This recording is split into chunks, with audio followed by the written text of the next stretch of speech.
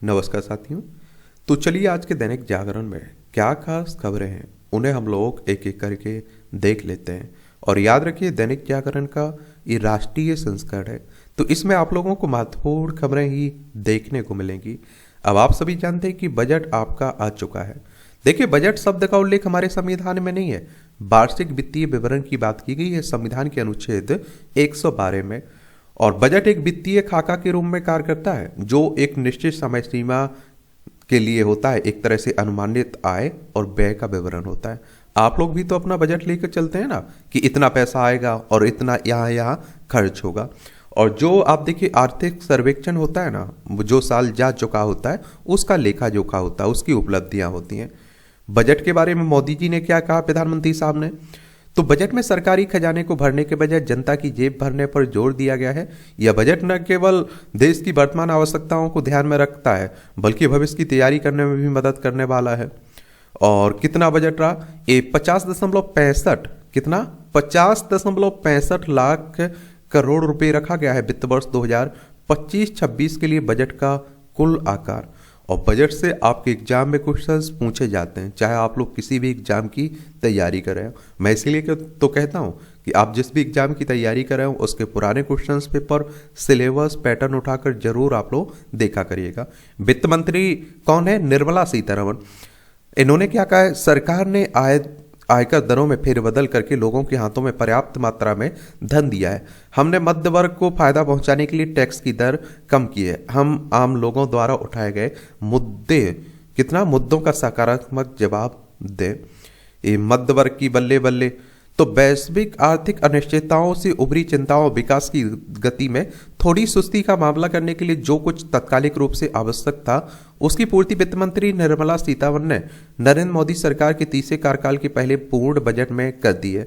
भूमि, श्रम, कृषि और प्रशासन के क्षेत्र में साहसिक और राजनीतिक रूप से संवेदनशील माने जाने वाले सुधारों के बिना भी वित्त वर्ष 2025-26 का बजट उभरते सुधार के लिए तत्पर और संभावनाओं से भरे भारत की तस्वीर को और गड़ा करता है। सरकार ने अर्थव्यवस्था की सबसे बड़ी कड़ी मध्य वर्ग को अपनी आर्थिक योजना के केंद्र में रखकर यह स्पष्ट संकेत दिया कि उसे आवश्यकताओं की अनुभूति भी है और उसके पास उन्हें पूरा करने की इच्छा शक्ति भी है। और इस बजट का विजेता यही वर्ग है। गरीब, युवा, किसान और महिलाओं को देश की 4 जातियां बताने वाले मोदी सरकार ने मुख्य रूप से 10 क्षेत्रों में परिवर्तनकारी प्रयासों पर ध्यान केंद्रित किया है। ये प्रयास विकसित भारत के संकल्प को साकार कर सकते हैं, और लेकिन इसके लिए बजट के साथ ही आर्थिक सर्वेक्षण की आवाज भी महत्वपूर्ण है, जो चुनौतियों के सामने क्रांतिकारी सुधारों वाले समाधान की राय भी बताती है। या अब आप देख लीजिए बजट 2025-26 की बड़ी घोषणा है। 12 लाख रुपए तक की आमदनी पर अब कोई टैक्स नहीं देना होगा। 1 करोड़ आयकर दाताओं को इसका सीधा लाभ मिलेगा। टैक्स प्रणाली में बदलाव के लिए वित्त मंत्री ने अगले सप्ताह संसद में नया टैक्स विधेयक पेश करने की घोषणा की है। किसान क्रेडिट कार्ड केसीसी लोन की सीमा 3 लाख रुपए से बढ़ाकर 5 लाख रुपए कर दी गई है। और 5 विश्व स्तरीय कौशल केंद्र बनाए जाएंगे जिसका विदेश के साथ भागीदार भी होगा। बुनियादी ढांचे के विकास के लिए राज्यों को 50 वर्ष के लिए 1.5 लाख करोड़ का ब्याज मुक्त कर दिया जाएगा। उड़ान योजना नए स्वरूप में पेश की जाएगी। इस योजना के तहत 120 नए स्थल जोड़े जाएंगे और योजना में 4 करोड़ अतिरिक्त यात्रियों को जोड़ने का लक्ष्य है। जन विश्वास 2.0 के तहत 100 कानूनों को मोदी सरकार खत्म करेगी। बिजली की उपलब्धता बढ़ाने के लिए वर्ष 2047 तक कम से कम 100 गीगावाट परमाणु बिजली पैदा करने का लक्ष्य। अब 2 प्रॉपर्टी होने पर आयकर दाता को किसी प्रकार का कोई टैक्स नहीं देना होगा। पहले यह छूट केवल 1 प्रॉपर्टी तक ही सीमित था। टीडीएस पेमेंट में देरी को अपराध की श्रेणी से हटाया जाएगा। इसका मतलब है कि अगर कोई व्यक्ति या कंपनी समय पर टीडीएस जमा नहीं कर पाती है तो लेकिन तय तारीख तक उसका विवरण दाखिल कर देती है तो इसे अब अपराध नहीं माना जाएगा। Tax collection at source TDS के नियमों में भी यही बदलाव किया गया है। सूक्ष्म, लघु, मध्यम उद्योग एमएसएमई का निवेश और टर्नओवर लिमिट क्रमशः 2.5 गुना और 2 गुना किया गया है। सरकार के इस कदम से एमएसएमई को ज़्यादा मिल सकेगा और कर्ज और भी कारोबार विस्तार कर सकेंगे। योजना का उद्देश्य रोजगार बढ़ाना है।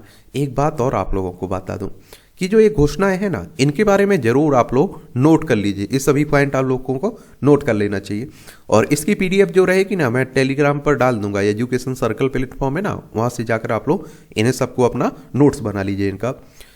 अब सुशिक्षित समाज, देश में ग्रामीण इलाकों के सभी सरकारी सेकेंडरी स्कूल ब्रॉडबैंड से जुड़ेंगे, इंटरनेट से। मेडिकल कॉलेज में 5 साल में 75,000 सीटें बनेंगी, अगले साल 10,000 सीटें जुड़ेंगी। जल संरक्षण, तो हर घर जल से के लिए जल जीवन मिशन योजना की अवधि 2028 तक बढ़ी है।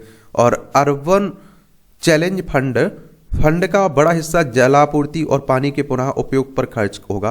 पर्यावरण संरक्षण, परिस्थिति तंत्र संरक्षण, वन्यजीवी संरक्षण और वन्य क्षेत्र का विस्तार होगा। वन की रक्षा करने के लिए national mission for a green India को बढ़ा हुआ होगा। गरीबी उन्मूलन, शहरी गरीबों के लिए आएगी नई योजना, सरकारी योजनाओं का लाभ मिलेगा। पीएम स्वनिधि में 30,000 रुपये तक की लिमिट का क्रेडिट कार्ड मिलेगा। और स्वस्थ समाज, अगले 3 वर्षों में सभी जिला अस्पतालों में डे केयर कैंसर केंद्र स्थापित होंगे। और गिग वर्कर्स को जन आरोग्य योजना में स्वास्थ्य सेवाएं प्रदान की जाएंगी। जनसंख्या नियोजन, 10,000 करोड़ का स्टार्टअप फंड्स बनेगा। ये रोजगार के अवसर बढ़ेंगे। देश में 50 पर्यटक स्थलों में निवेश के साथ विकास का कार्य भी कराए जाएंगे। नारी सशक्तिकरण, पहली बार उद्यमी बनने वाली 5 लाख SC/ST महिलाओं को 2 करोड़ लोन। आंगनबाड़ी व पोषण 2.0 की शुरुआत होगी, 1 करोड़ गर्भवती होंगी लाभान्वित। सस्ते क्या हुए, कैंसर की 36 दवाएं, मेडिकल उपकरण, LED, भारत में बने कपड़े, मोबाइल फोन्स की बैटरी, 82 सामान से सह सटा, लेदर जैकेट, जूते, बेल्ट, पर्स, इलेक्ट्रिक वाहन, हैंडलूम कपड़े। महंगे क्या हुए, बुने हुए कपड़े, flat panel display, TV display. विकसित भारत मध्य वर्ग, अब हर महीने 1 लाख की आय पर कोई टैक्स नहीं है। और सही दिशा में ठोस कदम पर सुधारों की गति तेज करने की जरूरत है। खुशहाल किसान समृद्धि गांव, कल्याणकारी योजनाओं से हरा भरा हुआ किसान, खेती बनेगी अर्थव्यवस्था का प्रथम इंजन। ये आप देखिए, सशक्त समाज, विकसित भारत के आर्थिक सशक्तिकरण की इबादत लिखेगी आधी आबादी। शहरों का हाल सुधारने के लिए 1 लाख करोड़ का अर्बन चैलेंज फंड। सुधारों का नया दौर, बीमा क्षेत्र में 100% FDI की घोषणा होगा। 2 सरकारी बैंकों का निजीकरण। लाइसेंस राज की दीवार पर होगा एक और बार, पुराने नियम होंगे खत्म। रोजगार की राय, तो मैन्युफैक्चरिंग को बढ़ा कर रोजगार और खपत बढ़ाने की कोशिश। कौशल विकास नीति और नियत सही लक्ष्य पूर्ति में स्किल गैप। बजट की बात करें विविध की, तो रेलवे को 2.52 लाख करोड़ रुपए आवंटित। 200 वंदे भारत ट्रेनों के निर्माण को मंजूरी। और मैरीटाइम डेवलपमेंट फंड देगा ब्लू इकोनॉमी को धार, 25,000 करोड़ का प्रावधान किया जा रहा है। तो ये सब आप देखते हैं कि जब आप लोग आंसर राइटिंग कर रहे हैं, कहीं निबंध लिख रहे हैं, तो ये उपलब्धियां, एक तरह से बजट जो दिया जाता है ना, इसका भी आप उल्लेख वहां कर सकते हैं। समझ रहे हैं आप लोग। ये बुलंद होगी विकसित भारत की इमारत। समावेशी विकास यानी ऐसा विकास जिसका फायदा उद्यमी से लेकर अंतिम पायदान पर खड़े व्यक्ति को मिले। GDP के बढ़ते आंकड़ों का अक्सर गांव और सुदूर भारत में रहने वालों की रोजमर्रा जिंदगी में नजर आए और उनके अपने हकीकत में बदलें, तभी तो विकसित भारत को इमारत बुलंद होगी। 2025-26 किसान, युवा, महिला, मध्य वर्ग और के जीवन में सकारात्मक बदलाव लाने का प्रयास है एक तरह से। ये आप देखते हैं कि 2024-25 में कितना बजट था। ये था, आप देखते हैं कि 48.21 लाख करोड़। कितना? 48.21 लाख करोड़ कुल बजट। ठीक है, ये भी याद रखिएगा। किसान पैदावार बढ़ने से किसानों की आय में होगा इजाफा। देश में करीब 10 करोड़ किसान परिवार हैं। बढ़ते परिवार और घटती जोत के बीच खेती किसानी के जरिए गुणवत्तापूर्ण जीवन चुनौतीपूर्ण होता जा रहा है। विकसित देशों की तुलना में भारत में प्रति व्यक्ति हेक्टेयर उत्पादन अब भी काफी कम है। मोदी सरकार ने बजट में प्रधानमंत्री धन धान स्कीम की घोषणा की है। स्कीम के जरिए पैदावार बढ़ाने और भंडारण की सुविधाओं को बेहतर बनाया जाएगा। साथ ही किसानों के लिए कर्ज की सुविधा बेहतर बनाया गया। केंद्र सरकार खेती में तकनीक और आधुनिक तौर तरीके के इस्तेमाल को प्रोत्साहित कर रही है। 10 करोड़ से अधिक किसान परिवार हैं भारत में मौजूद समय में। 15% का योगदान दे रहे हैं किसी क्षेत्र का GDP में। और 100 से अधिक देशों को खाद्य निर्यात करता है भारत। निर्यात का मतलब होता है बेच रहे हैं, आयात का मतलब होता है खरीद रहे हैं। अब युवा की बात होती है, युवाओं को मिलेगा क्षमता दिखाने का मौका। किसी भी देश के आर्थिक विकास में युवा श्रम शक्ति अहम भूमिका निभाती है। देश में 100 में विकास का मजबूत इकोसिस्टम तैयार करने के लिए 20,000 कितना 20,000 करोड़ का प्रावधान किया गया है और इससे युवा प्रतिभाओं को अपनी क्षमता दिखाने का मौका मिलेगा। एआई के इस्तेमाल यानी कि आर्टिफिशियल इंटेलिजेंस कृत्रिम बुद्धिमत्ता के इस्तेमाल में कुशल युवा रोजगार के नए अवसरों का लाभ पाएंगे और इससे आर्थिक तरक्की को मजबूती मिलेगी। और 31% हिस्सा है मध्य वर्ग देश की आबादी का। 7.5 करोड़ लोग जुड़े जाएंगे 2030 तक मध्य वर्ग में। 100 करोड़ से अधिक हो जाएगी 2046-47 तक मध्य वर्ग की आबादी। 1.40 लाख से अधिक स्टार्टअप हैं भारत में। 117 हो गई है देश में यूनिकॉर्न की संख्या। 42 करोड़ है भारत में युवाओं की संख्या। मध्य वर्ग युवाओं के उल्लेख कर सकते हैं आप लोग कहीं इस पर निबंध आंसर राइटिंग लिखने के लिए आ रहा। मध्य वर्ग 1991 में उदारीकरण शुरू होने के बाद देश में निजी क्षेत्र का तेजी से विस्तार हुआ। निजी क्षेत्र में करोड़ों लोगों को नौकरियां मिली। इससे शहरीकरण तेज हुआ और शहरों में एक बड़ा मध्य वर्ग पैदा हुआ। देश की अर्थव्यवस्था को रफ्तार देने में इस वर्ग ने अहम भूमिका निभाई। मध्य वर्ग एक तरफ इनकम टैक्स देकर सरकारी खजाने को मजबूत करता है, दूसरी तरफ घर, गाड़ी और फ्रिज, टीवी जैसी चीजें खरीदकर अर्थव्यवस्था के चक्के को भी गति देता है। हालांकि पिछले कुछ वर्षों में आप देखिए वर्षों के दौरान मध्य वर्ग महंगाई और इनकम के मोर्चे पर चुनौतियां का सामना कर रहा है। दूसरी तिमाही में आप देखिए जीडीपी ग्रोथ के कमजोर आंकड़ों के पीछे भी मध्य वर्ग की खराब माली हालत को जिम्मेदार बताया जा रहा है। बजट में मध्य वर्ग को टैक्स के मोर्चे पर बड़ी राहत दी गई और इससे अर्थव्यवस्था की सुस्ती दूर होगी। महिलाओं की बात करें तो 60% महिलाएं जुड़ेंगी आर्थिक गतिविधियों से। 67,000 स्टार्टअप में कम से कम एक महिला निदेशक हैं।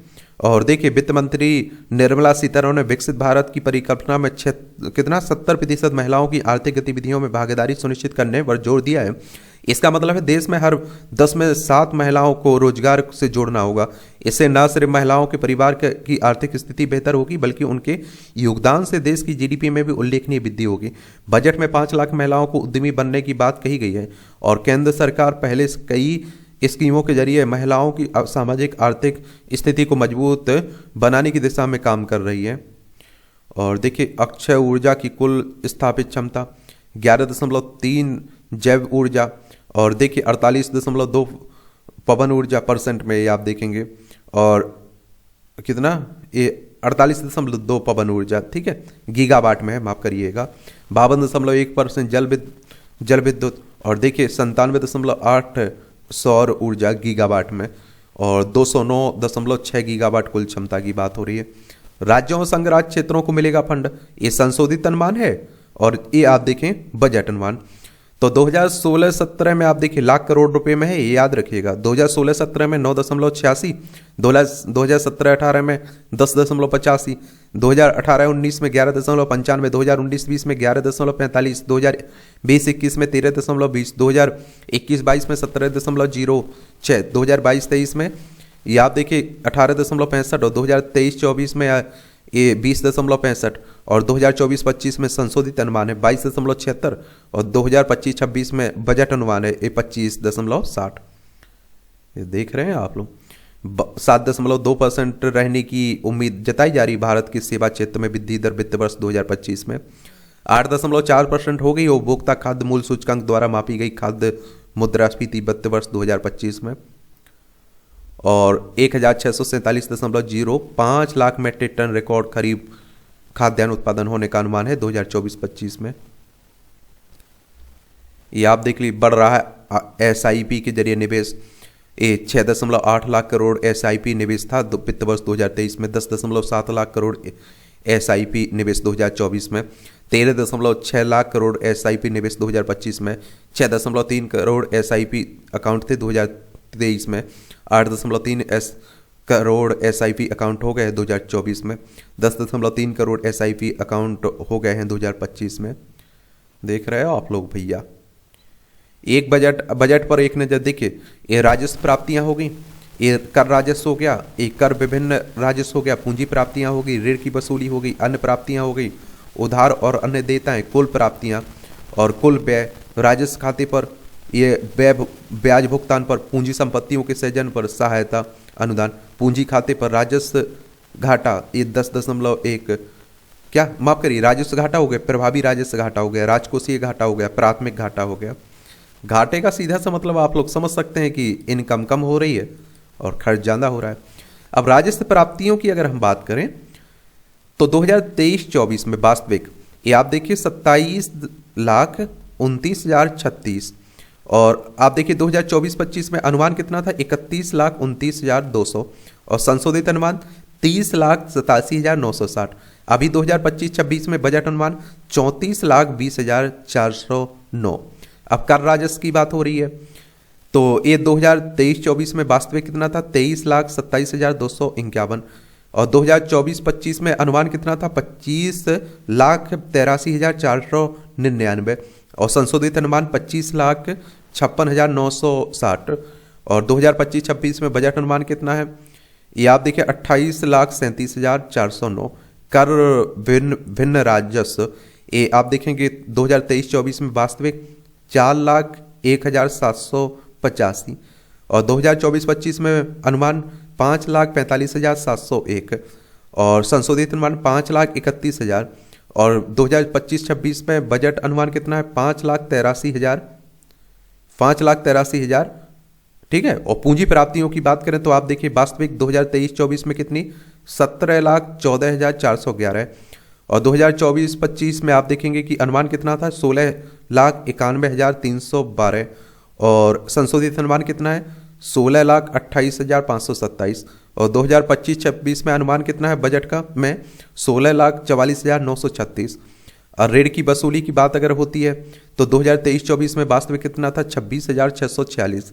और 2024-25 में अनुमान कितना था, 28,000। और संशोधित अनुमान 26,000। और 2025-26 में बजट अनुमान है 29,000। अन्य प्राप्तियों की बात करें तो वास्तविक कितनी थी 2023-24 में, 33,122। और 2024-25 में अनुमान कितना था, 50,000।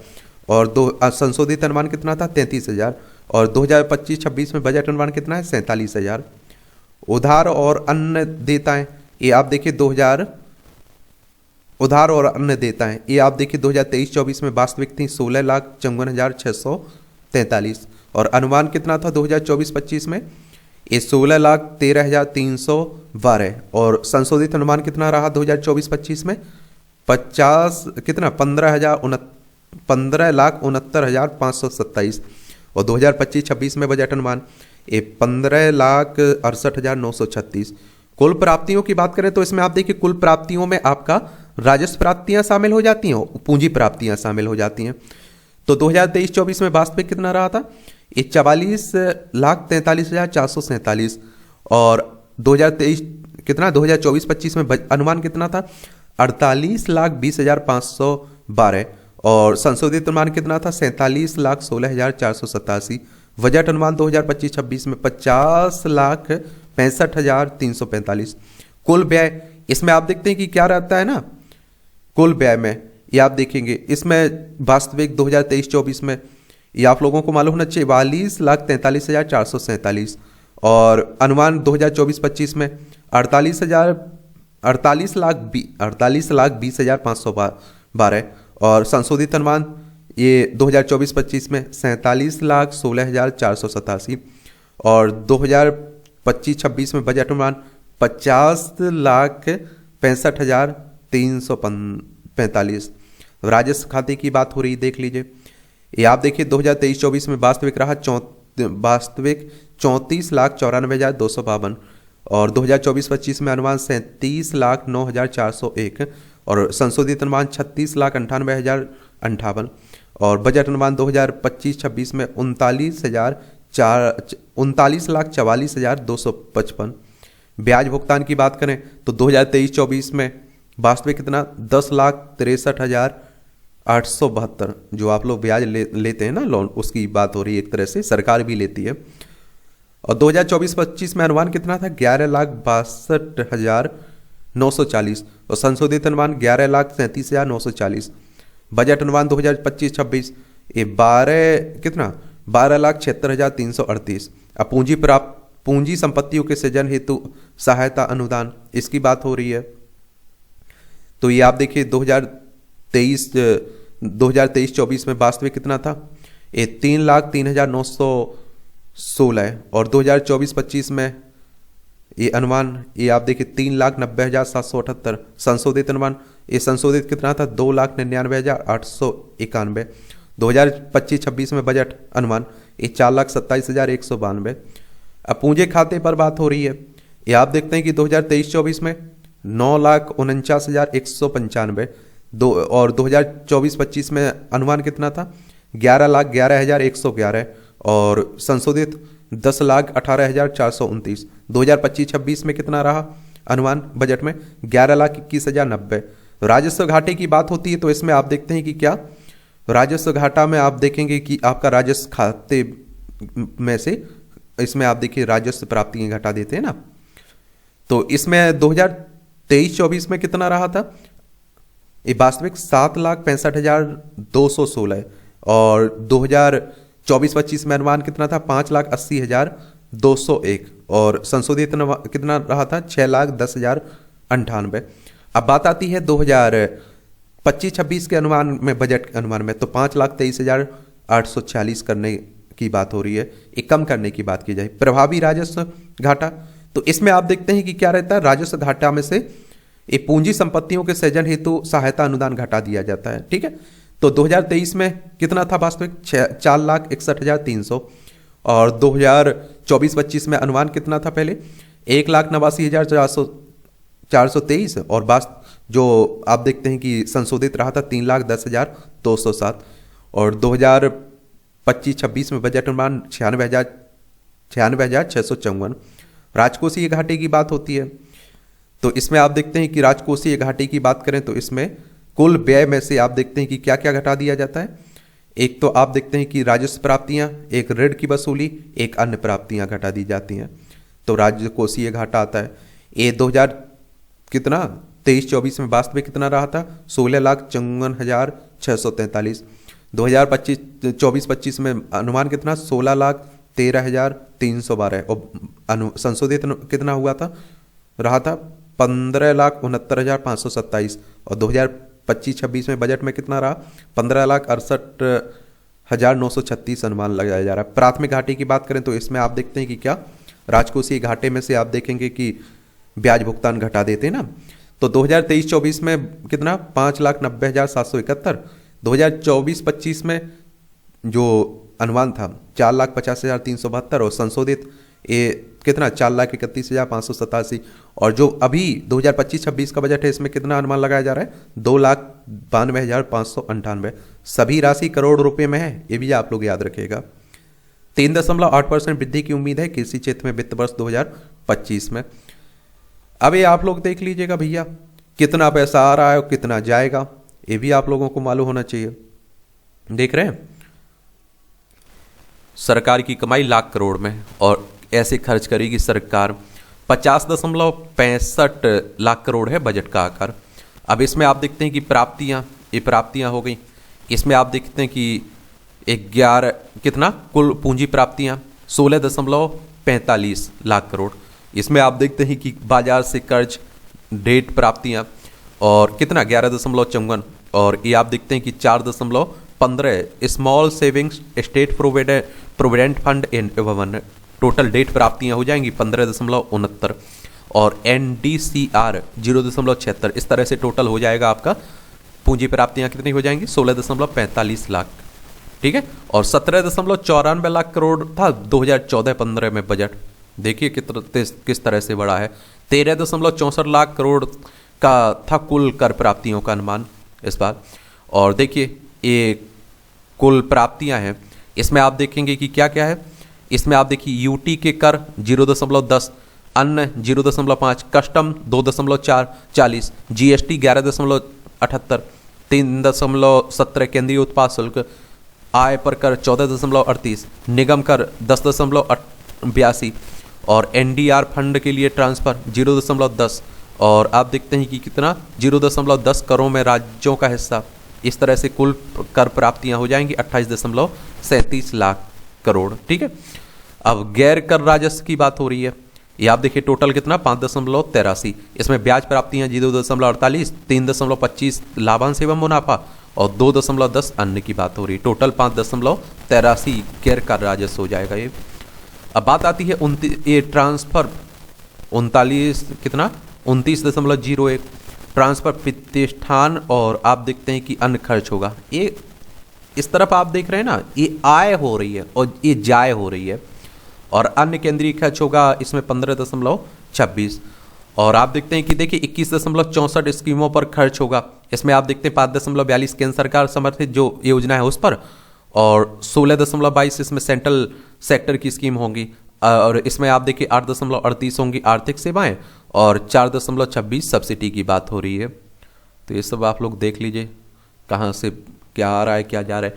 केंद्रीय वित्त मंत्री निर्मला सीतारमण का बजट भाषण शुरू होने पर सेंसेक्स में तेजी दिखी, लेकिन बजट भाषण खत्म होने के बाद सेंसेक्स मामूली बढ़त के साथ बंद हुआ है और 5.0% की अधिकतम बढ़त रही बजट 2021 के दिन। 2.4% की सबसे बड़ी गिरावट दर्ज की गई थी बजट 2020 की पूर्व संध्या पर। और देख लीजिए इस सेंसेक्स में बदलाव होता रहता है। चलिए ये सब 0.9% की गिरावट के साथ बंद हुए थे सेंसेक्स और निफ्टी जुलाई 2024 में बजट पेश होने के बाद। ये आप सभी ट्रिलियन डॉलर 6.3 ट्रिलियन डॉलर की हो जाएगी जीडीपी 2030 में, ये अनुमान लगाया जा रहा है ट्रिलियन डॉलर में। आईएमएफ का अनुमान है 2024 में 3.6 और 2030 में 6.3। ये आईएमएफ की बात करें तो इंटरनेशनल मॉनेटरी फंड की बात कर रहा हूँ, अंतर्राष्ट्रीय मुद्रा कोष की। जुलाई 1944 में इसकी स्थापना हुई थी। वॉशिंगटन डीसी यूएसए में इसका हेडक्वार्टर देखने को मिल जाएगा। अब देखिए रोजगार से औसत कमाई, स्वरोजगार और नियमित श्रमिकों की मासिक और अंशकालिक की वित्तीय दिन की आय है। इसमें आप देखिए ग्रामीण, शहरी और कुल। तो स्वरोजगार की बात करें तो ग्रामीण में अगर हम देखें पुरुष में 13,907 और महिलाओं में देखें तो 4,907, और व्यक्ति की बात करें तो 11,422, और नियमित की बात करें तो पुरुषों में 18,029, ग्रामीणों में महिलाओं में 11,914 और व्यक्ति में बात करें तो 16,626। अंशकालिक की बात करें तो पुरुषों में ग्रामीण में 434, महिलाओं में 290 और आप देखेंगे कि व्यक्ति में 402। शहरी में बात करें तो स्वरोजगार पुरुषों में आप देखिए 22,930, महिलाओं में 8,489 और व्यक्ति की बात करें तो 20,055। और नियमित की बात करें तो शहरी में 25,501 है पुरुषों में, महिलाओं में आप देखते हैं कि 19,709 और व्यक्तियों की बात करें तो 23,974। और अंशकालिक तो इसमें शहरी की बात करें तो पुरुष में 529, महिलाओं में 354 और व्यक्ति 506। कुल की बात कर लीजिए आप लोग तो पुरुष में आप देखते हैं कि कितना 16,007 और महिलाओं में 5,497 और व्यक्ति की बात करें 13,279 और नियमित की बात करें इसमें तो 22,092 और महिलाओं में आप देखिए 16,498, व्यक्ति में 20,702 और अंशकालिक की बात करें तो पुरुषों में 450, महिलाओं में आप देखिए 296 और व्यक्ति में कितना 418। ये राष्ट्रीय राजमार्ग निर्माण, ये आप देख लीजिए सड़क परिवहन एवं राजमार्ग मंत्रालय से लिए गया आंकड़े 2024 में अप्रैल से दिसंबर तक 6,215 किलोमीटर और 2025 में अप्रैल से दिसंबर तक ये 5,853 किलोमीटर की बातें हो रही है। 6.2% रहने का अनुमान है औद्योगिक क्षेत्र में वृद्धि दर वित्त वर्ष 2025 में। वंदे भारत ट्रेनों की कुल संख्या देख लीजिए 2018 से 22 में 2 थी, 2023 में 10 आई और 2024 में 51, 2025 में 68 हो गई। ठीक है, ये भी देखिए। और वंदे भारत कोच का उत्पादन की बात करें तो 2018 से 22 में 32, 2023 में 216, 2024 में 672 और 2025 में 900 हो गई। पिछले 7 वर्षों में श्रम बल भागीदारी दर में दर्ज किया गया इतना सुधार। इस श्रम बल भागीदारी दर और श्रमिक जनसंख्या अनुपात, बेरोजगारी की बातें हो रही खूब।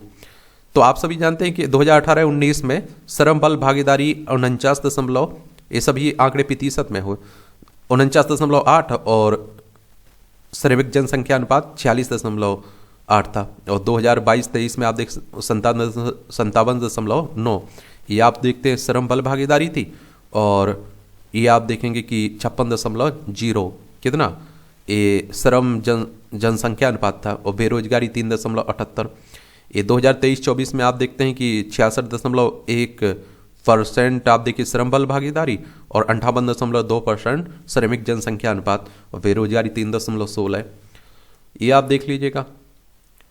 करंट अकाउंट बैलेंस जीडीपी का प्रतिशत, भारत बनाम चुनिंदा देश, जापान हो गया, दक्षिण कोरिया हो गया, जर्मनी, चीन, तुर्की, रूस, Italy, Argentina, Mexico, Indonesia, France, Canada, Bharat. वित्त वर्ष 2024-25 दूसरी तिमाही, वित्त वर्ष 2025 में दूसरी तिमाही। ये सब आप देखते क्या है current account balance. Current account balance एक देश का दूसरे देशों के साथ सभी कारोबारों का रिकॉर्ड है। सरप्लस करंट अकाउंट प्लस बताती है कि देश बाकी दुनिया से जितना ले रहा है उससे ज़्यादा दे रहा है। वहीं घाटा बताता है कि देश बाकी दुनिया से जितना ले रहा है उससे कम दे रहा है। समझ रहे हैं आप लोग। भारत -1.3 पर है, देख रहे हैं। अब आप देखिए दिल्ली में विधानसभा चुनाव है, आने वाले साल में बिहार में भी चुनाव है, तो वहाँ सबके लिए भी घोषणाएं की गई। ये अंग आप देखेंगे वित्त मंत्री ने लगातार 8वां बजट पेश करते हुए विकसित भारत के सपने को साकार करने के लिए अगले 5 वर्षों का रोड मैप दिया है। अगले 6 वर्षों में राजकोषीय घाटे को 4.8% से घटाकर 3% के करीब लाने के इरादे जाहिर किए गए। बीमा क्षेत्र को विदेशी निवेश के लिए पूरी तरह खोला, बड़े आर्थिक सुधारों का जज्बा दिखाने से परहेज। ये अगले वित्त वर्ष के लिए नई कर प्रणाली के स्लैब देख लीजिए। 0 से 4 लाख रुपए तक 0, और 4 से 8 तक 5%, 8 से 12 तक आप देखिए 10%, 12 से 16 तक 15%, 16 से 20 तक आप देखिए 20 और 20%, और 2000 कितना 20 से आप देखिए 24 लाख रुपए तक 25, और 25 लाख रुपए से ज़्यादा 30 है। और 12 लाख से ज़्यादा आय पर क्या होगा। मान लीजिए कि किसी व्यक्ति की नौकरी से आय 13 लाख रुपए है तो उसे 75,000 रुपये का स्टैंडर्ड डिडक्शन मिलेगा। अब उसकी कर योग्य आय 12.25 लाख रुपए हो जाएगी। नए कार स्लैब के तहत उस पर कर की गणना ऐसे होगी। 4 लाख रुपए तक की आय पर शून्य, जो आपको बताया ना, 4 से 8 लाख रुपए तक की आय पर कर 4 लाख रुपए पर 5% यानी कि 20,000। 8 से 12 लाख रुपए तक की आय पर कर 4 लाख रुपए पर 10%, तो आप देखते हैं कि 40,000 रुपये। 12 से 12.25 लाख रुपए तक की आय पर 25,000 रुपये पर 15% कर यानी 3,750 हो जाएगा। दीर्घकालिक तौर पर असर डालने वाले सुधारों पर ज़्यादा ध्यान दिया गया है इसमें, देख रहे हैं। ये आप देखिए एम्स सहित केंद्र सरकार के अन्य अस्पतालों में बढ़ेगी सुविधाएं। नवो भारत ट्रेन और मेट्रो नेटवर्क के विस्तार पर भी ध्यान। RRTS को इस बार बजट में मिला है 2,918 करोड़ रुपए। दिल्ली पुलिस को हाईटेक बनाने को आप देखिए 12,259.16 करोड़ दिए गए हैं। तो ये आप देख रहे हैं दिल्ली में एम्स, RML, सफदरजंग, लेडी हॉटिंग्स केंद्र सरकार के 4 अस्पताल हैं। इसके लिए 9,828 करोड़ रुपए आवंटित किए गए हैं। सब देख रहे हैं आप लोग। ये पढ़ने की आदत लाती है परिवर्तनकारी बदलाव। मुर्मू कह रही भारत मंडपम में 52 बार। नई दिल्ली विश्व पुस्तक मेला शनिवार को शुरू हो गया है, जो 9 फरवरी तक चलेगा। राष्ट्रपति द्रौपदी मुर्मू ने पुस्तकों के इस महाकुंभ का उद्घाटन किया है और उन्होंने कहा कि पढ़ना सिर्फ शौक नहीं है बल्कि इसकी आदत जीवन में परिवर्तनकारी बदलाव है। जयपुर लिटरेचर फेस्टिवल में पहुंचे पूर्व British PM Sunak. Jaipur literature festival के तीसरे दिन शनिवार को ब्रिटेन के पूर्व प्रधानमंत्री ऋषि सुनक भी पहुंचे। उन्होंने यहाँ अपनी पत्नी अक्षता मूर्ति और सास सुधा मूर्ति की सत्य माई मदर माई सेल्फ में श्रोता के रूप में संवाद सुना। उर्स मामले में आदिवासियों के आगे झुका प्रशासन। ये झारखंड के संताल परगना में बांग्लादेशी घुसपैठी और जमीन के कब्जा के खिलाफ पहाड़ी आदिवासियों की जिद के आगे पुलिस प्रशासन को झुकना पड़ा। यह निर्णय लिया गया कि पाकुड़ के महेशपुर में स्थित पीर पहाड़ दरगाह पर ओस नहीं लगेगा। ये पाकिस्तान में बलूचों से मुठभेड़ में 18 सैनिक मारे गए, देख रहे हैं आप लोग। ये आप देखिए पाकिस्तान है 1947 तक हमारा हिस्सा था। लद्दाख, जम्मू कश्मीर, पंजाब, राजस्थान, गुजरात 5 राज्यों की सीमा लगती है हमारी इससे, ठीक है। ये आप देखते हैं कि देर आए दुरुस्त आए। पारंपरिक मध्य वर्ग के साथ दिल्ली के मतदाताओं को मोदी की गारंटी। डबल इंजन का दिया संदेश। सरकार की दिशा देखकर आशा की जा सकती है कि आने वाले दिनों में ईज ऑफ लिविंग पर होगा काम। ये छत्तीसगढ़ के बीजापुर में मुठभेड़ में 8 नक्सली ढेर हुए हैं। देखिए एक बात और आपको बता दूं, नक्सली हमारे ही देश के लोग हैं, लेकिन आप देखते हैं कि क्या है, ये अलग रास्ता अपनाए हुए हैं। अब क्या होता है नक्सल शब्द की उत्पत्ति पश्चिम बंगाल के छोटे से गांव नक्सलबाड़ी से शुरू हुई थी, जहां भारतीय कम्युनिस्ट पार्टी के नेता चारू मजूमदार कानू सन्याल ने 1967 में सत्ता के विरुद्ध एक सशक्त आंदोलन शुरू किया था। यहीं से आप देखते हैं कि नक्सलवाद शब्द निकला हुआ है। अब छत्तीसगढ़ चलिए एक बार, तो ये आप देखेंगे कि छत्तीसगढ़ है। रायपुर इसकी राजधानी देखने को मिलेगी और अंतर्राज्यीय सीमा मध्य प्रदेश, महाराष्ट्र, तेलंगाना, आंध्र प्रदेश, उड़ीसा, झारखंड, उत्तर प्रदेश से लगती है और मध्य प्रदेश से अलग करके बनाया गया था 1 नवंबर सन 2000 में से राज्य। और विष्णु देव साई यहाँ के राज्यपाल हैं, क्या है, मुख्यमंत्री है। रामेंडे का यहाँ के राज्यपाल हैं। विधानसभा में 90 सीटें हैं, राज्यसभा में 5 सीटें हैं, लोकसभा में 10 सीटें, कितनी 11 सीटें हैं। 1,35,192 वर्ग किलोमीटर में फैला हुआ है छत्तीसगढ़।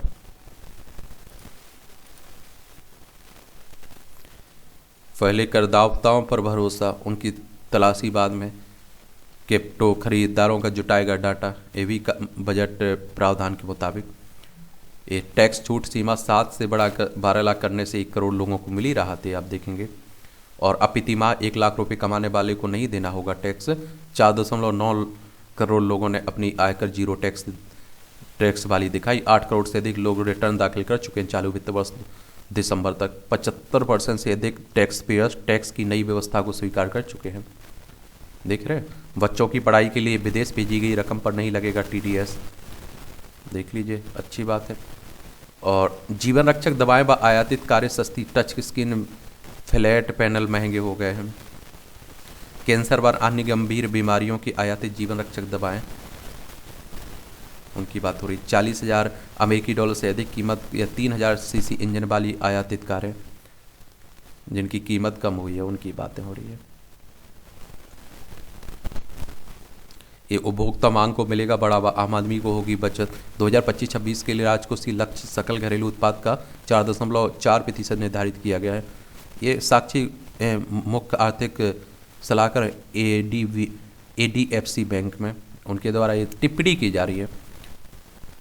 सही दिशा में ठोस कदम पर सुधारों की गति तेज करने की जरूरत है। 12 लाख रुपए तक की आय कर छूट की सीमा बढ़ाकर मध्यम वर्ग नौकरी पेशा को प्रतिवर्ष 1 लाख करोड़ रुपए की देने की व्यवस्था की गई है, देख रहे हैं। खुशहाल किसान समृद्ध गांव, ये योजना के मुख्य बिंदु। फसल बीमा योजना किसानों को उनकी फसल का बीमा करने की अनुमति देता है, जिससे वे फसल की विफलता या नुकसान के कारण होने वाली आर्थिक हानि से बच सके। सरकारी सब्सिडी, सरकार इस योजना के तहत किसानों को बीमा प्रीमियम पर सब्सिडी प्रदान करती है, जिससे किसानों को कम प्रीमियम पर बीमा मिल सके। फसल की क्षति की भरपाई, यदि किसान की फसल को किसी भी कारण से नुकसान होता है तो बीमा कंपनी ने किसान को नुकसान पर भरपाई करती है। किसानों की आर्थिक सुरक्षा, ये योजना किसानों को फसल की विफलता या फिर नुकसान से होने वाली आर्थिकी होने से बचाती है। प्रधानमंत्री फसल बीमा योजना, किसानों को फसल की विफलता या नुकसान के कारण होने वाली आर्थिक हानि से बचाने के लिए यह योजना काफ़ी सहायक है। यह 13 जनवरी 2016 को शुरू की गई थी और इसका उद्देश्य किसानों को फसल बीमा प्रदान करना है, ताकि वे अपनी फसलों की सुरक्षा कर सकें और आर्थिक संकट से बच सके। इनका उल्लेख आप लोग आंसर राइटिंग में, निबंध में आप लोग कर सकते हैं। सरकार की पहल के रूप में 2% प्रीमियम का भुगतान करना होता है किसानों को खरीफ की फसलों के बीमा के लिए। ये आप देखिए 1.5% प्रीमियम भुगतान करना होता है किसानों को रबी की फसल के बीमा के लिए। 5,550 करोड़ रुपए का है 2016-17 के बजट की प्रस्तुत योजना में इसका आवंटन। और सरकार की योजनाओं से देश की खेती किसानी उन्नत होने के साथ ही किसानों की आर्थिक स्थिति भी सुधार होगा।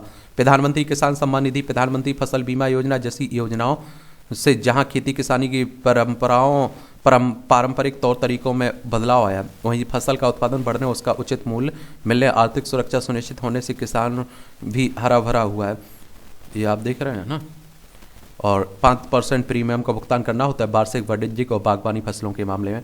PM किसान सम्मान निधि योजना, तो प्रधानमंत्री नरेंद्र मोदी ने किसान सम्मान निधि योजना का PM किसान सम्मान योजना की शुरुआत 1 दिसंबर 2018 में की थी। इसमें लाभार्थी किसानों को 6,000 रुपये की आर्थिक मदद मिलती है। यह रकम साल में हर 4 महीने में 3 किस्तों में मिलती है। हर किस्त में 2,000 रुपये डायरेक्ट बेनिफिट ट्रांसफर के माध्यम से सीधे किसानों के खाते में जाते हैं। इन लोगों को मिलेगा योजना का लाभ। PM किसान योजना का लाभ 2 हेक्टेयर से कम जमीन वाले किसानों को दिया जाएगा। किसान को जमीन का मालिक होने के साथ साथ भारतीय नागरिक भी होना चाहिए। किसान को अपना आधार को बैंक खाते से लिंक करना होगा। अगर आधार पहले से बैंक खाते में लिंक नहीं है तो आप नज़दीकी बैंक जाकर लिंक करा लें। यह योजना पहले केवल छोटे और सीमांत किसानों के लिए थी, लेकिन अब इसमें सुधार किया गया है और अधिक किसानों को इसमें शामिल किया गया है। देख रहे हैं आप लोग। बजट में किसानों के लिए सौगात और उच्च राष्ट्रीय, आप देखेंगे इसमें प्रधानमंत्री धन धान्य की योजना, कृषि जिला विकास कार्यक्रम, इसमें 100 जिलों को शामिल करते हुए इस कार्यक्रम के तहत 1.7 करोड़ किसानों को मदद मिलने की संभावना है। 2 KCC के माध्यम से अधिक ऋण, 7.7 करोड़ किसानों, मछुआरों और डेयरी उत्पाद किसानों को अल्पकालिक ऋण की सुविधा, 5 लाख तक की ऋण में वृद्धि।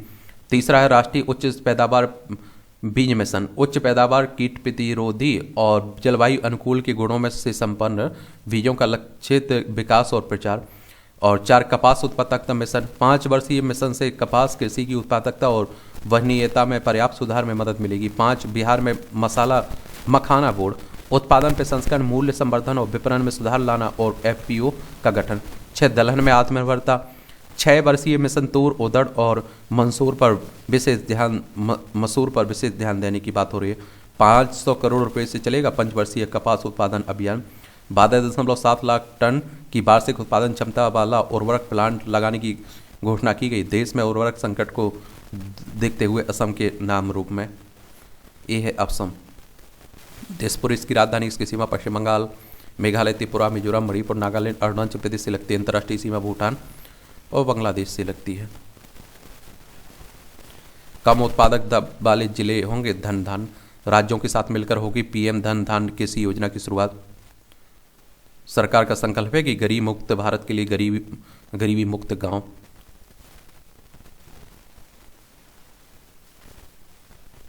कृषि बनकी से पूर्वोदय का स्टेक होल्डर बनेगा झारखंड, ये भी कहा जा रहा है। 2019 में शुरू किए गए मिशन के तहत केंद्र सरकार गांव में पानी की आपूर्ति के बुनियादी ढांचे को करेगी स्थायी व्यवस्था। जारी रहेगा जल जीवन मिशन। रख रखाव पर जोर। 2028 तक 100% कवरेज के लिए मिशन को मिला विस्तार। राज्यों को मरम्मत और ये आप देखिए रखरखाव के लिए होंगे एमओयू की बात की जा रही। खेत बाजार में फल सब्जी के दाम में कम होगा अंतर।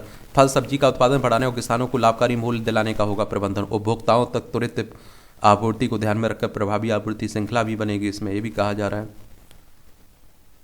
विकास व आर्थिक गतिविधियों में महिलाओं की 70% भागीदारी सुनिश्चित करने के उद्देश्य वाला बजट है। 34% हो चुकी है। प्रबंध में वरिष्ठ पदों पर महिलाओं की भागीदारी। 2 करोड़ रुपए तक का सावधि ऋण का प्रस्ताव बजट में नए उद्यमियों के लिए। एक शहरी गरीबों के लिए आएगी नई योजना। 20 शहरों में पायलट प्रोजेक्ट। नई योजना दीनदयाल उपाध्याय शहरी आजीविका मिशन से भी जोड़ सकते हैं। 10,000 से लेकर 50,000 रुपये तक का ऋण दिया जाता है पीएम स्वनिधि योजना के तहत। शहरों का हाल सुधारने को 1 लाख करोड़। 50% पैसा राज्य जुटाएंगे। राज्यों के पुनर्विकास और उनमें पानी व स्वच्छता के लिए 15,000 करोड़ रुपए खर्च किए जाएंगे। 1 लाख और आवासीय इकाइयों के निर्माण पूरा करने के लिए 100 में फंड 2 के तहत 50,000 आवासीय इकाइयों का निर्माण पूरा कर लोगों को का अपना घर हासिल करने का सपना। 40,000 का काम चल रहा है और रुकी फंसी आवासीय परियोजना को पूरा करने की तैयारी भी हो रही है। और सभी जिला अस्पतालों में कैंसर का भी कहा जा रहा है। समझ रहे हो?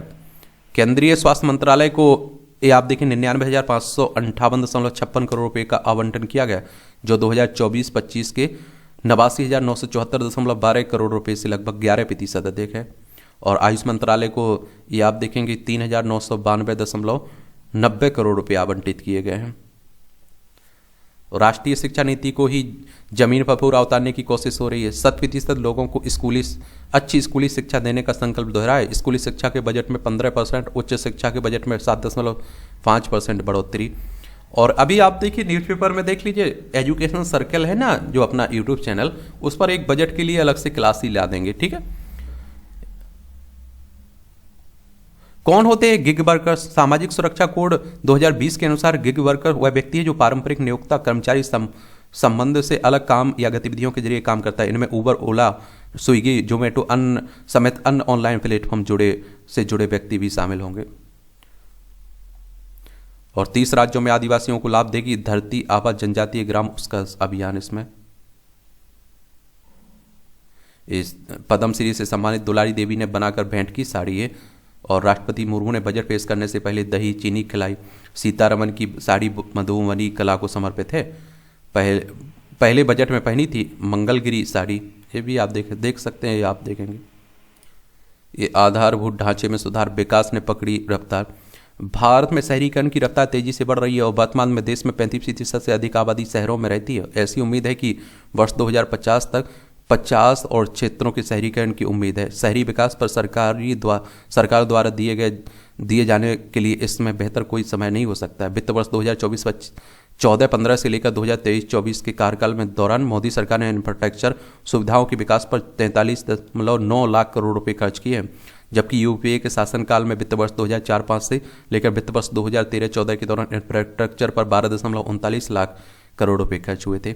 11.1% बढ़ाकर 11.11 लाख करोड़ रुपए ये आप देखिए 133.86 बिलियन अमेरिकी डॉलर कर दिया गया था अंतरिम बजट 2024-25 में बुनियादी ढांचे के लिए पूंजी निवेश परितय को, जो सकल घरेलू उत्पाद का 3.4% था। 2024-25 के लिए सड़क मंत्रालय को 2.76 लाख करोड़ रुपए आवंटित किया गया था। 16 गुना वृद्धि हुई है शहरी क्षेत्र में निवेश में। 2004 से 2014 के बीच लगभग आप देखिए 78,053 करोड़ से बढ़कर 2014 से अब तक 28,52,527 करोड़ हो गया है। शहरी विकास से आप देख सकते हैं 2004 से 2014 के मुकाबले 2014 से 2024 के बीच शहरी विकास पर किया गया खर्च 13 गुना है। यह सिलसिला जारी रहेगा। फिलहाल मंत्रालय पीएम आवास योजना, पीएम स्वनिधि, दीनदयाल उपाध्याय शहरी आजीविका मिशन, शहरों के बुनियादी ढांचे में सुधार के लिए चल रहे अमृत मिशन 2 के क्रियान्वयन पर ही ध्यान केंद्रित कर रहा है। पिछले बजट में अगले 5 सालों में शहर में आवास उपलब्ध कराने के लिए सरकार की ओर से 2.2 लाख करोड़ सहायता का भी ऐलान किया गया था। 157 हो गए हैं देश में परिचालित हवाई अड्डे। हाई स्पीड कॉरिडोर 353 किलोमीटर थी 2014 में। कॉरिडोर की कुल लंबाई 2023 में 3,913 हो गई है। 50,000 किलोमीटर तक पहुंचाने की योजना है 2047 तक।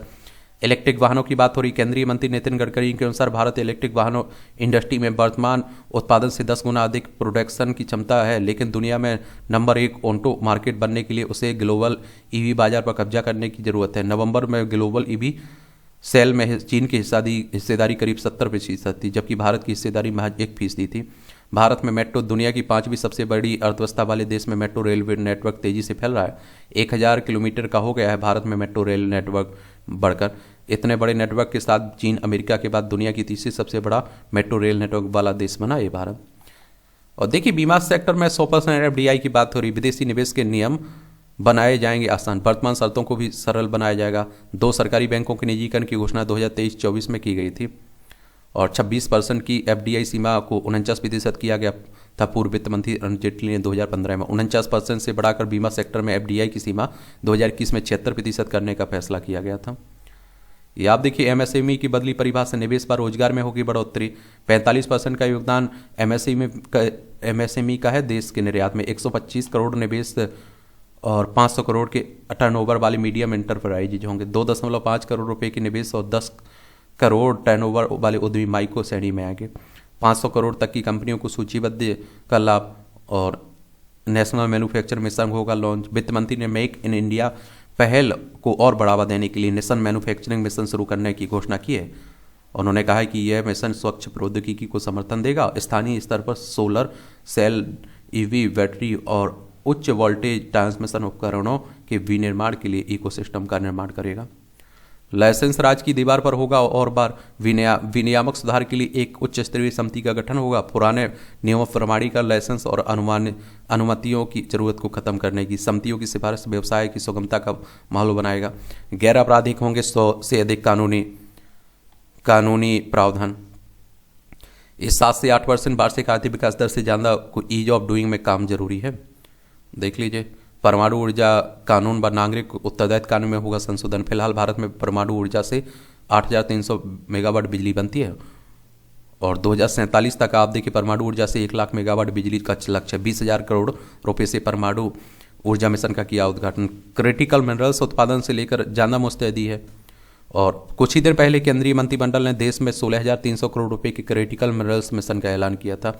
आम बजट से भी यह साफ हुआ कि सरकार सौर ऊर्जा, इलेक्ट्रिक वाहनों और सेमीकंडक्टर जैसे नए उद्योगों में बड़े पैमाने पर इस्तेमाल होने वाली इन खनिजों की अहमियत को बखूबी समझ रही है। ये तकनीकी विकास से उभर रहा भारत। ये आप देखिए 17 अरब डॉलर तक पहुंचने का अनुमान है भारत का एआई बाजार 2027 तक और 25 से 35% की वार्षिक दर से बढ़ रहा है 2024 से और 27 के बीच एआई बाजार। आंकड़ों नेस्कॉम से के हैं और 10,372 करोड़ रुपए के इंडिया एआई मिशन को केंद्रीय मंजूरी दी थी केंद्रीय बजट मंत्रिमंडल ने 2024 में। 13 एशिया प्रशांत देशों में अग्रणी है भारत एआई के उपयोग को और अपनाने के मामले में। और यह हाल ही में वर्षों में भारत की तकनीकी प्रगति, नवाचार और आत्मनिर्भरता की प्रतिबद्धता को दर्शाती है। वाहन बिक्री में 30% ईवी की हिस्सेदारी का लक्ष्य 2 अरब डॉलर था। भारतीय ईवी बाजार 2023 में 7.09 अरब डॉलर हो सकता है 2025 तक बढ़कर 1 करोड़ वार्षिक बिक्री हासिल कर लेगा। घरेलू ईवी बाजार 2030 तक अनुमान के अनुसार 40 से 45% हो सकते हैं भारत में बिकने वाले सभी ईवी 2 पहिया वाहन। और सेमीकंडक्टर क्षेत्र में भारत भले ही वैश्विक सेमीकंडक्टर दौड़ में देर में शामिल हुआ, लेकिन नीतिगत सुधारों, नवाचार और बढ़ती प्रतिभा के रणनीतिक मिश्रण से लैस देश खुद को वैश्विक सेमीकंडक्टर परिस्थिति तंत्र में एक प्रमुख खिलाड़ी के रूप में स्थापित करने के लिए तैयार हो रहा है। बीते वर्ष भारत में सेमीकंडक्टर मिशन में 5 सेमीकंडक्टर यूनिटों को मंजूरी दी है। 20 से 25% से शादी का लक्ष्य वैश्विक सेमीकंडक्टर वैल्यू चेन में $1 अरब से अधिक निवेश का वादा किया गया। भारत में NXP सेमीकंडक्टर्स ने $2.75 अरब का प्लांट स्थापित कर रही है। माइक्रोन टेक्नोलॉजी गुजरात में $63 अरब तक होगा 2026 तक। भारत में सेमीकंडक्टर बाजार डिजिटल अर्थव्यवस्था में आएगा एक बड़ा हिस्सा। भारत को उम्मीद है कि उसकी डिजिटल अर्थव्यवस्था समग्र अर्थव्यवस्था की तुलना में लगभग दुगनी तेजी से बढ़ेगी, जो 2030 तक राष्ट्रीय आय का लगभग 5वां हिस्सा होगा। 11.74% थी 2022-23 में भारत की डिजिटल अर्थव्यवस्था का राष्ट्रीय आय का 13.42 होने की संभावना है 2024-25 में बढ़कर 1.46 करोड़ कर्मचारी कार्य थे 2023-24 में डिजिटल अर्थव्यवस्था में। अनुमानित कार्यबल का 2.55%। पर्यटन में भी रोजगार पर जोर, देश के 50 पर्यटन स्थलों को राज्य की भागीदारी से किया जाए विकसित। इसके विकास के वास्ते इंफ्रास्ट्रक्चर के लिए जमीन की व्यवस्था राज्य करेंगे। ये सब बातें हो रही हैं। मेडिकल व IIT में अधिक मौके, मेडिकल में 10,000, IIT में 6,500 सीटें बढ़ाने का सरकार ने किया ऐलान। शिक्षा के बजट पर आप लोग नजर दीजिए। स्कूली शिक्षा बजट करोड़ में है।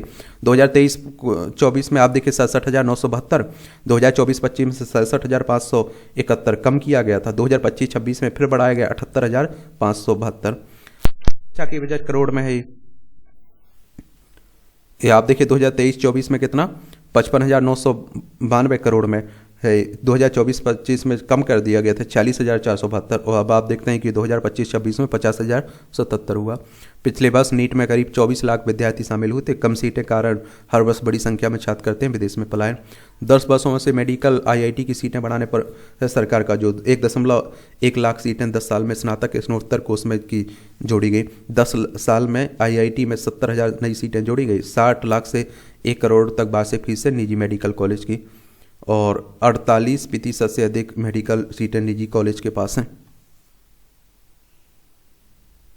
मैन्युफैक्चरिंग को साथ कर रोजगार खपत बढ़ाने की कोशिश हो रही। बजट में फुटवियर और लेदर सेक्टर के लिए फोकस प्रोडक्ट स्कीम लाने की घोषणा हो रही। खिलौना व लेदर उत्पादों के लिए नई स्कीम, मैन्युफैक्चरिंग व एक्सपोर्ट मिशन की होगी स्थापना। चीन की वस्तुओं की प्रति अमेरिकी नीति के मद्देनजर अमेरिका में निर्यात की बड़ी संभावना है।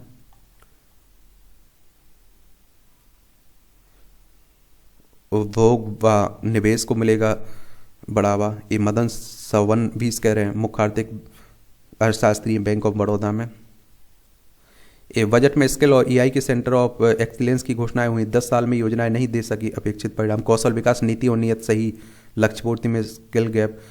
500 करोड़ रुपए का बजट रखा। शिक्षा मंत्रालय ने centre of excellence for AI की स्थापना के लिए 30 इंडिया इंटरनेशनल स्किल सेंटर खोलने की घोषणा पिछले बजट में हुई थी। 6100 करोड़ का अनुमानित बजट है कौशल विकास एवं उद्यमशीलता मंत्रालय का।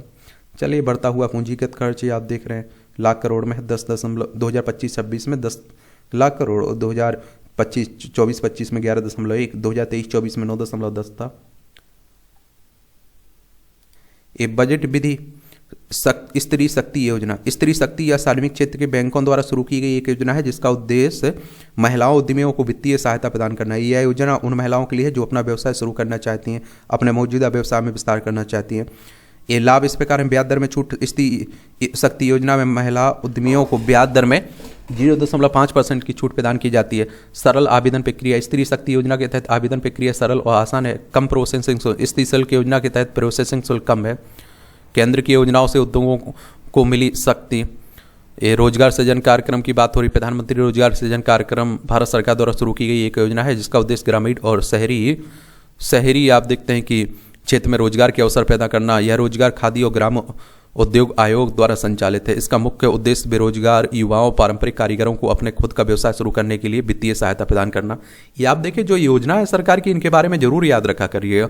जैसे उद्यम विकास प्रशिक्षण कार्यक्रम, उद्यमिता विकसित प्रशिक्षण कार्यक्रम एक प्रशिक्षण कार्यक्रम है जिसका उद्देश्य उद्योगों को व्यवसायों को सफलतापूर्वक चलाने के लिए आवश्यक कौशल और ज्ञान प्रदान करना है। यह कार्यक्रम आमतौर पर आप देखिए उद्यमिता विकास संस्थान, व्यावसायिक स्कूलों और सरकारी एजेंसियों द्वारा आयोजित किया जाता है। लाभ इस प्रकार है, वित्तीय सहायता पीएमजीपी के तहत पीएमईजीपी के तहत बेरोजगार युवाओं और पारंपरिक कारीगरों को 10 लाख रुपए से लेकर 25 लाख रुपए तक का लोन उपलब्ध कराया गया। प्रशिक्षण उम्मीदवारों को योजना के तहत प्रशिक्षण प्राप्त विशेष छूट। योजना के तहत महिला, अनुसूचित जाति, अनुसूचित जनजाति, पूर्व सैनिकों के लिए विशेष छूट प्रावधान। रोजगार के अवसर पीएमईजीपी के तहत ग्रामीण और शहरी क्षेत्रों में रोजगार के अवसर पैदा होंगे। उद्यमियों को प्रेरित करना, उद्यमिता की भावना को बढ़ावा देना, उद्यमियों को अपने व्यवसाय को शुरू करने के प्रेरित। कौशल विकास की बात हो रही, उद्यमियों को अपने व्यवसाय को सफलतापूर्वक चलाने के लिए आवश्यक कौशल और ज्ञान प्रदान करना। व्यवसायिक योजना बनाना, वित्तीय प्रबंधन, बाजार, ये आप देखिए अनुसंधान। महिला उद्यम निधि योजना भारत सरकार द्वारा महिला उद्यमियों को वित्तीय सहायता प्रदान करने के लिए शुरू की गई यह योजना है।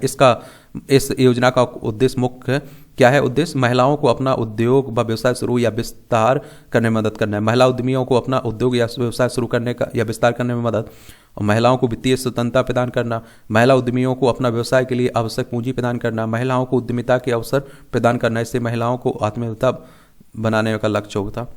रेलवे को 2.52 लाख करोड़ रुपए आवंटित किए गए। 200 वंदे भारत ट्रेनों के निर्माण को मंजूरी मिली। रेलवे को बेहतर बनाने के लिए सरकार के प्रयासों को जारी रखा। अश्विनी वैष्णव कह रहे हैं 17,500 सामान्य कोचों 100 अमृत भारत ट्रेनों के निर्माण को भी स्वीकृति मिली। 2025-26 में 2000 सामान्य कोचों का लक्ष्य करने का लक्ष्य। 50 नमो भारत और 200 वंदे भारत स्लीपर और चेयर कार ट्रेनें बनाई जाएगी। 100% विद्युतीकरण हासिल होगा इस रेलवे को वित्त वर्ष के अंत तक।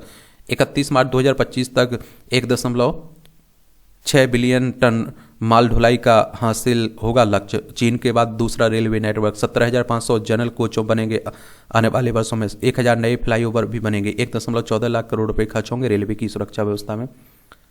ये बजट की घोषणा हो रही। रियल्टी और एफएमसीजी सेक्टर के शेयर बढ़े। देखिए उतार चढ़ा सब। मैरीटाइम डेवलपमेंट फंड देगा ब्लू इकोनॉमी को धार। जहाज निर्माण में भारत की क्षमता बढ़ाने के लिए वित्तीय सहायता नीति का होगा नवीनीकरण। 25,000 करोड़ का प्रारंभिक प्रावधान। मंत्रालय को कुल आवंटन भी बढ़ा। 2030 तक एमडीएफ का लक्ष्य शिपिंग क्षेत्र में 1.5 लाख करोड़ रुपए तक निवेश पैदा करने का है। 2047 तक वैश्विक कार्गो बेड़े में भारतीय जहाजों की हिस्सेदारी 20% तक बढ़ाने का लक्ष्य है। 1 से 1.2 मिलियन सकल टन भार के नए जहाज निर्माण समूह का विकास मंत्रालय का लक्ष्य। 2024-25 में अनुमानित बजट 2,377.49 करोड़, जबकि पुनरीक्षित बजट 2,858.54 करोड़ रुपए था, बढ़ाया गया। ये सब पूरे देश से गरीबी की बातें हो रही हटाने की। किसान, महिला, छात्रों की झोली भरने के प्रयास। बजट में बिहार के लिए खुला पिटारा, हर वर्ग को मिलेगा। 7 बड़ी घोषणाएं केंद्रीय बजट में बिहार के लिए की गई। सुधारों के लिए मखाना बोर्ड का 50,000 हेक्टेयर क्षेत्र में सिंचाई का विस्तार होगा। कोसी नहर परियोजना के उद्धार से किसानों का होगा। राज्य में ग्रीनफील्ड एयरपोर्ट का निर्माण भी होगा। ये आप देखिए राष्ट्रीय राजधानी से जुड़ी खबरें। अब देखिए विधानसभा के चुनाव चल रहे हैं ना दिल्ली में 70 सीटों के लिए।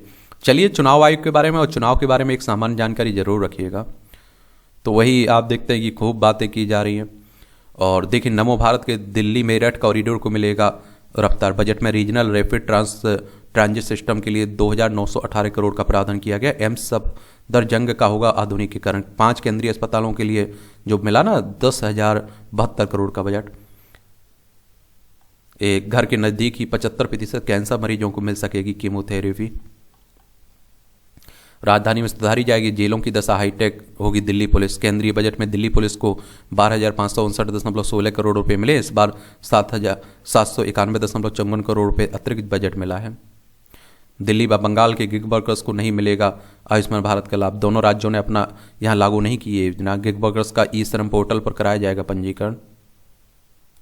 ये बात देखिए कुंभ की बातें हो रही है। इलाहाबाद में लगा हुआ है ना, तो उसी को सब बातें की जा रही हैं।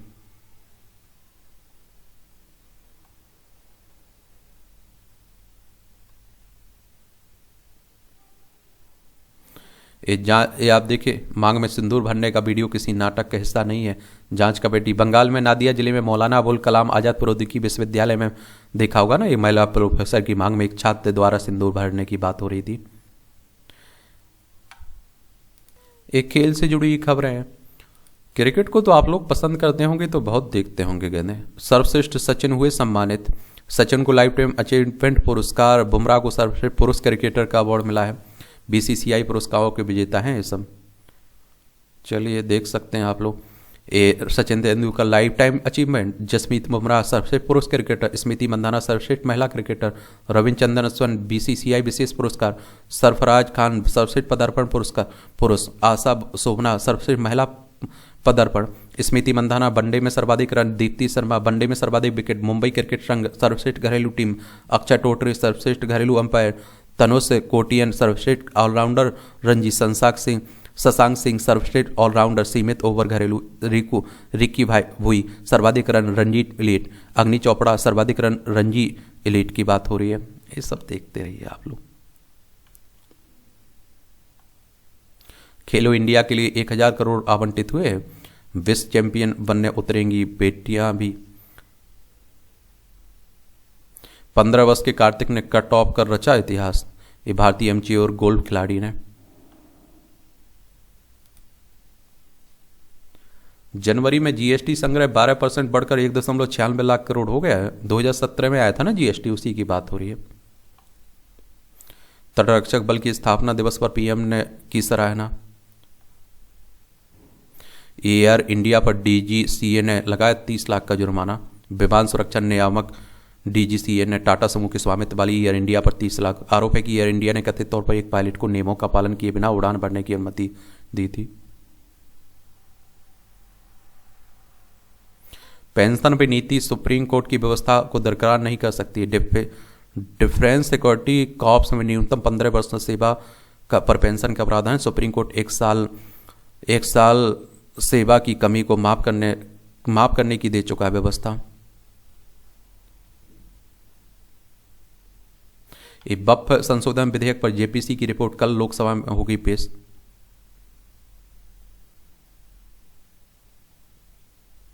पूर्व मुख्य चुनाव आयुक्त नवीन चावला नहीं रहे हमारे बीच। चावला 2005 से 2009 के बीच चुनाव आयुक्त थे। वह अप्रैल 2009 से जुलाई 2010 तक यादिक मुख्य चुनाव आयुक्त थे। गुजरात के कांग्रेस के पूर्व सांसद की पत्नी जाकिया का निधन हो गया। 2002 के दंगों में मारे गए कांग्रेस के पूर्व सांसद एहसान जाफरी की बात हो रही है।